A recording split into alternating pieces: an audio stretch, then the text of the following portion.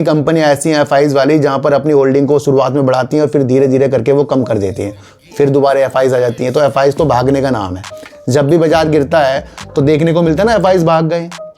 तो ये स्थिति और सारी स्थिति आप समझकर चलना। वोडाफोन आइडिया अभी अपने 5G के शुरुआती तौर पर है और अदर कंपनियां अपने 5G को पूरे की तरह लॉन्च कर बैठी। कई कंपनियों के अंदर ये हिस्सेदारी भी लेकर बैठी है। जैसे पेट्रोल एलएनजी के अंदर अगर हम गेल इंडिया की हिस्सेदारी देखें तो करीब 12.5% करीब, यानी सिंथेटिक प्राकृतिक गैस का लाभ उठाने के लिए अगर कोल इंडिया की जरूरत गेल है तो फिर गेल की वैल्यू अपने आप ही बढ़। 6.5 रुपये का डिविडेंड भी दिया था, तो डिविडेंड भी कंपनी देने में माहिर है। 6.50 रुपये का डिविडेंड कंपनी ने दिया है और ये बड़ी बात है, अच्छा होने की निर्देश है। तो यानी कि एलएनजी पर जो वर्क कंपनियां कर रही हैं, जैसे पेट्रोनेट एलएनजी हो गई है, आपका गेल इंडिया हो गया है, इस तरीके से जो भी एलएनजी में वर्क कर रहा है।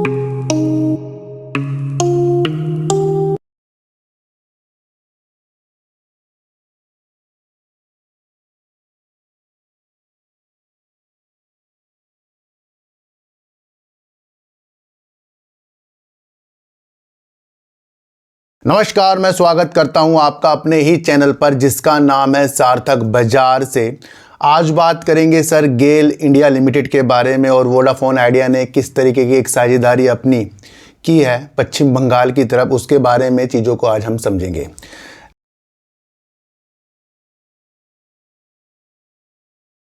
देखो सर, सबसे पहले आप गेल के बारे में समझने से पहले एक चीज़ समझ लीजिए कि एलएनजी जो है यानी कि तरलता प्राकृतिक गैस जो है आने वाली ज़रूरत है। इसके ऊपर हमारे देश के प्रधानमंत्री जी भी काफ़ी अच्छा बोल कर गए हैं कि देश के लक्ष्य एलएनजी के ऊपर वो ज़्यादा से ज़्यादा बढ़ाना चाहते हैं। इससे पहले मैं आपको एलएनजी के बारे में यानी गेल के बारे में कुछ समझाऊं तो थोड़ा सा पीछे की न्यूज़ में आपको समझाऊं तो भैया 5 से 7 वर्षों में 1/3 ट्रकों को एलएनजी में बदलने का लक्ष्य है, ये तेल मंत्रालय कह रहा है। अब आप देख लो कि एलएनजी की जो चीज़ें हैं यानी प्राकृतिक गैस से ट्रकों की जो लंबी दूरी के ट्रक होते हैं, एक स्थान से बहुत दूर तक के ट्रक जाते हैं जो डीजल से चलते हैं, उनको एलएनजी में बदलने की भी सिफारिश की जा रही है। तो ये बीती न्यूज़ है, लेकिन इससे आप समझिए कि एलएनजी का महत्व कितना है कि जब दूरी वाले जो ट्रक हैं उनको एलएनजी में तब्दील करना, ये तेल मंत्रालय की एक चीज़ें हैं। दूसरी तरफ अगर मैं आपको थोड़ा सा और समझाऊं तो तेल मंत्रालय ने प्रस्ताव के अनुसार सरकार चाहती है कि 5 से 7 वर्षों में देश के लंबी दूरी के भारी वाहनों के 1/3 बेड़े को तरलता प्राकृतिक गैस यानी एलएनजी से संचालित किया जाए और इसके लिए वह घरेलू गैस आवंटित करने पर विचार कर रही है।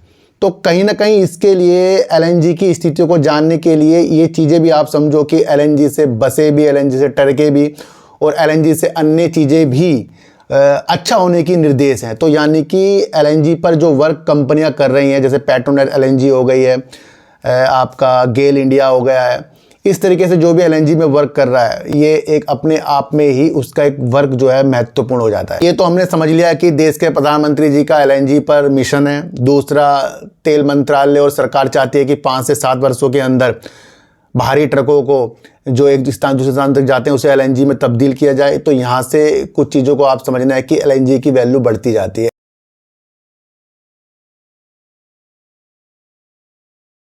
अब हम बात करेंगे गेल इंडिया के बारे में। देखो सर, गेल जो है भारत सरकार का एक उपक्रम है, यानी सरकारी एक कंपनी है और भारत में एक एकीकृत प्राकृतिक गैस कंपनी है जो एलएनजी में भारत की सबसे बड़ी कंपनी है ये गेल।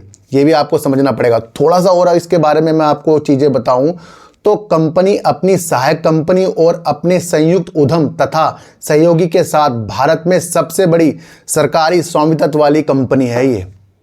तो देश के अंदर अच्छा खासा वर्क जो है गेल इंडिया करती है। दूसरी तरफ अगर मैं आपको एक चीज़ और समझाऊं, इसके पास 11,500 किलोमीटर से अधिक प्राकृतिक गैस पाइपलाइन है, 2300 किलोमीटर से अधिक एलपीजी पाइपलाइन है और 6 एलपीजी गैस प्रसंस्करण इकाइयां और एक पेट्रोकेमिकल सुविधा भी गेल के पास है।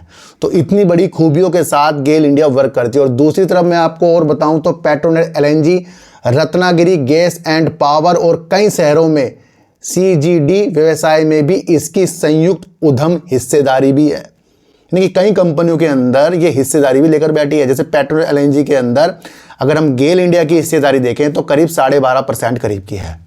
तो वो भी पेट्रोनेट एलएनजी जो है मुख्य तौर पर एलएनजी पर वर्क करती है, तो उसके अंदर भी गेल इंडिया की अपनी एक हिस्सेदारी है जो 12.5% की है। दूसरी तरफ अगर मैं आपको और बताऊं तो गेल के पास एलएनजी, पेट्रोकेमिकल, ट्रेडिंग और सेल गैस परिसंपत्तियों के क्षेत्रों में भारत के बाहर अपनी उपस्थिति का विस्तार करने के लिए सिंगापुर और अमेरिका में पूर्ण स्वामित्व वाली सहायक कंपनियां भी इसके पास है। कहां पर? सिंगापुर और अमेरिका में अपने विस्तार की योजना के साथ काफ़ी अच्छा वर्क जो है गेल इंडिया वर्क करती है। और तीसरी तरफ अगर मैं आपको फिर से चीज़ें बताऊं तो इसका मार्केट कैप अगर हम देखें तो 1,16,741 करोड़ का है। इस वक्त कंपनी का शेयर 178 रुपये करीब का चल रहा है। 246 रुपये कंपनी का हाई और 151 कंपनी का लो है। अगर हम एक चीज़ देखें तो अभी हाल ही में कंपनी ने 6.5 रुपये का डिविडेंड भी दिया था, तो डिविडेंड भी कंपनी देने में माहिर है। 6.50 रुपये का डिविडेंड कंपनी ने दिया है और ये बड़ी बात है ऐसी कंपनी के लिए जो देश के अंदर अच्छा काम भी कर रही है। दूसरी तरफ अगर हम इस कंपनी की सेल दिसंबर 2023 की देखें तो 34,698 करोड़ की सेल है।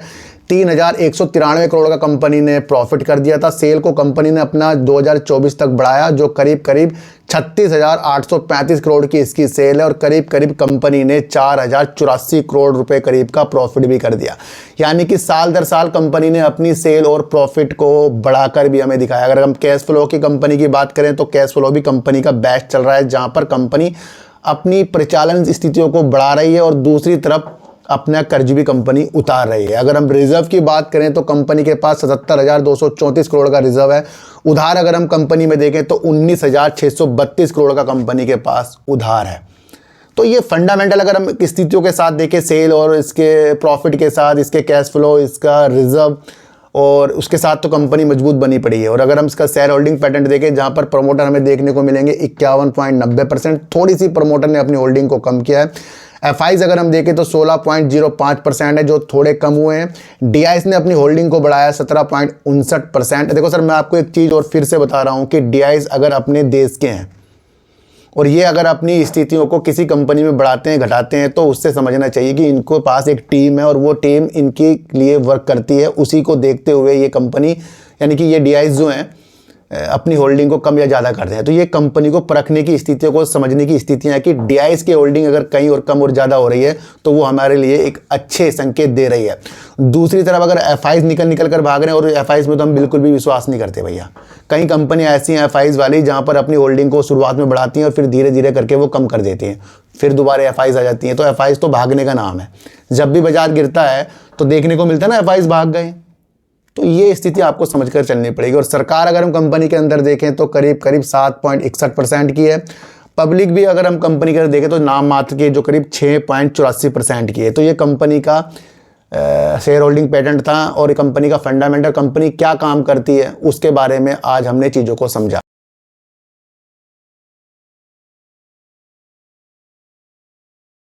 एक न्यूज़ निकल कर आ रही है जो एक बड़ी न्यूज़ है, वो आ रही है, आज की न्यूज़ है ये, वो है कोल इंडिया ने सिंथेटिक प्राकृतिक गैस बाजार का लाभ उठाने के लिए गेल इंडिया के साथ संयुक्त उद्यम स्थापित कर दिया है।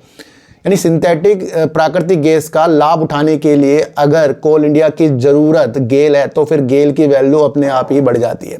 दूसरी तरफ अगर हम समझे तो कोल इंडिया की इसके अंदर 51,000 करोड़ के निवेश के साथ करीब सहायक कंपनी में 51% की हिस्सेदारी होगी। और वहीं पर अगर हम गेल की देखें तो वो 49,000 करोड़ रुपये इस संयुक्त जो सहायक कंपनी बनाएंगे उसके अंदर वो 49,000 करोड़ रुपये निवेश करेगा। और उसके हिसाब से अगर हम देखें तो करीब गेल इंडिया की 49% की हिस्सेदारी बन जाती है। आज की न्यूज़ है जहां पर 51% की हिस्सेदारी गेल कोल इंडिया और करीब 49% की हिस्सेदारी निवेश के साथ गेल इंडिया लेकर बैठा है, जो आगे जाकर प्राकृतिक गैस के लिए, सिंथेटिक प्राकृतिक गैस के लिए अच्छा वर्क दोनों कंपनी मिलकर कर रही है।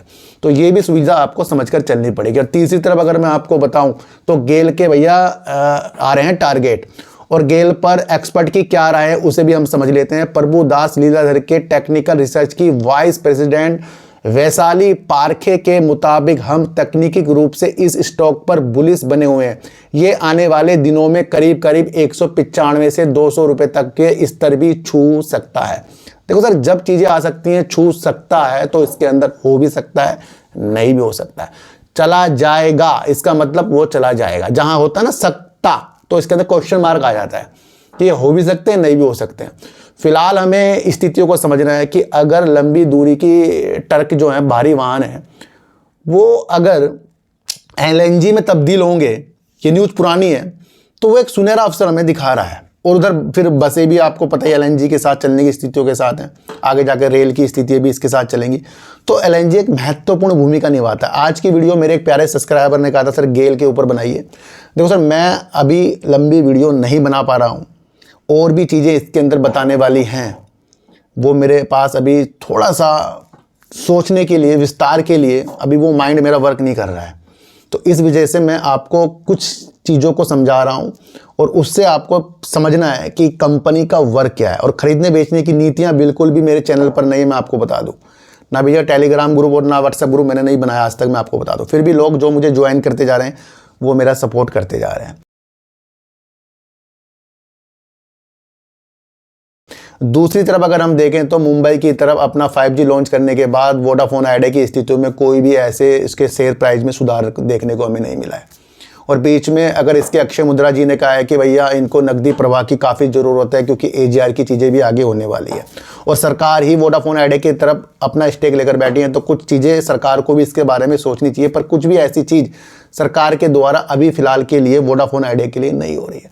तो इसलिए वोडाफोन आइडिया अपनी चीज़ों को 5G के साथ, विस्तार के साथ जब जब आगे बढ़ाता जाएगा, तब तब इसके जो निकल कर कस्टमर जा रहे हैं वो तभी रुकेंगे। अभी इसने मुंबई में, उसके बाद 4 शहरों में अपनी प्लानिंग की है। अब देखते हैं कि अप्रैल के अंदर वो चीज़ें करता है कि नहीं करता है। एक न्यूज़ निकल कर आ रही है जहां पर वोडाफोन आइडिया ने MSME डिजिटल परिवर्तन को बढ़ावा देने के लिए वोडाफोन आइडिया ने WUB के निर्यात निकाय के साथ साझेदारी कर ली है। यानी कि कहीं ना कहीं ये MSME जो होते हैं, अपने व्यापार के लिए जो भी चीज़ें करते हैं, उनको डिजिटल चीज़ों के साथ ये सुविधा कराएगा। और दूसरी तरफ अगर हम देखें, कदम ऐसे समय उठाया गया है जब पश्चिम बंगाल सरकार MSE परिस्थितियों की तंत्र को मजबूत करना चाहती है, जिससे 10 मिलियन से अधिक लोग कार्यरत हैं। तो यानी कि कहीं ना कहीं उसके साथ जो ये पार्टनरशिप कर रहा है, तो कहीं ना कहीं ये अपनी सुविधा को भी वोडाफोन आइडिया बढ़ाने की सोच रहा है। और अब देखते हैं कि इससे आगे जाकर वोडाफोन आइडिया पे क्या परिवर्तन आते हैं। दूसरी तरफ अगर हम देखें तो वोडाफोन आइडिया ने आज कहा कि उसने राज्य में सूक्ष्म, लघु और मध्यम जो उद्यम होते हैं, जैसे कि MSME के डिजिटल परिवर्तन में तेजी लाने के लिए पश्चिम बंगाल राज्य निर्यात संवर्धन सोसाइटी के साथ एक समझौता ज्ञापन MOU पर हस्ताक्षर किए हैं। यानी कि डिजिटल को ज़्यादा बढ़ावा दे रहा है। अब किस तरीके से देगा? अपने नेटवर्क के हिसाब से देगा। तो अब देखते हैं कि भाई इसका क्या फ़र्क वोडाफोन आइडिया के ऊपर पड़ने वाला है। और सारी स्थिति आप समझ कर चलना, वोडाफोन आइडिया अभी अपने 5G के शुरुआती तौर पर है, और अदर कंपनियां अपने 5G को पूरे की तरह लॉन्च कर बैठे हैं। दूसरी तरफ अभी स्टारलिंक के साथ ये एक खोजपूर्ण जो बातचीत है उस पर लगा पड़ा है, उसका भी कुछ हमारे सामने कुछ निकल कर नहीं आया। तो सारी स्थिति को आपको समझना है। ये न्यूज़ को आप इस तरह से भी समझ सकते हैं कि आगे जाकर जो छोटे मोटे व्यापारी होते हैं, उद्यम होते हैं, उनकी डिजिटल चीज़ों को बढ़ाने के लिए वर्क करेगा, तो उसमें भी कुछ समय लग सकता है इस वोडाफोन आइडिया के नेटवर्क को अपनाने के लिए। तो आगे जाकर ये अपने में विस्तार तो कर रहा है, पर ज़्यादा विस्तार इसका हम 4G का विस्तार और 5G की रणनीतियों के साथ ही देखेंगे। और अगर इम्पोर्टेंट चीज़ हम समझें तो अक्षय मुद्रा जी को अभी नकदी प्रवाह की ज़रूरत है, जहाँ पर AGR की चीज़ें भी आपके सामने हैं। तो सारी न्यूज़ आपके सामने देखने को मिल रही है। आज की वीडियो जो मैंने गेल पर बनाई है, न्यूज़ बेस है, फंडामेंटल पर है, कोई भी खरीदने बेचने की सुविधा बिल्कुल भी नहीं है। मैं आपको इतनी सी एक बात बता दूँ। तो आज की वीडियो आपको कैसे लगी सर, एक बार मुझे बताना। तो सर सच्ची वीडियो देखिए, अच्छी वीडियो देखिए, समझ कर देखिए, किसी की भी बातों में आपको आना ही नहीं है, चाहे मैं क्यों ना हूँ। अपनी एनालाइज को इतना तेज कर लो कि कोई भी आपको हाथ पकड़कर शेयरों को खरीदवा बिकवा बिल्कुल भी ना सके। तो सर चीटू को आटे दीजिए, गाय को रोटी दीजिए, और अपने बच्चों को ज़्यादा से ज़्यादा प्यार कीजिए, क्योंकि बच्चे ही आपकी मासूमियत से किस्मत पलटेंगे। तो फिर मिलेंगे आपसे इन वीडियो के साथ, जब तक के लिए नमस्कार।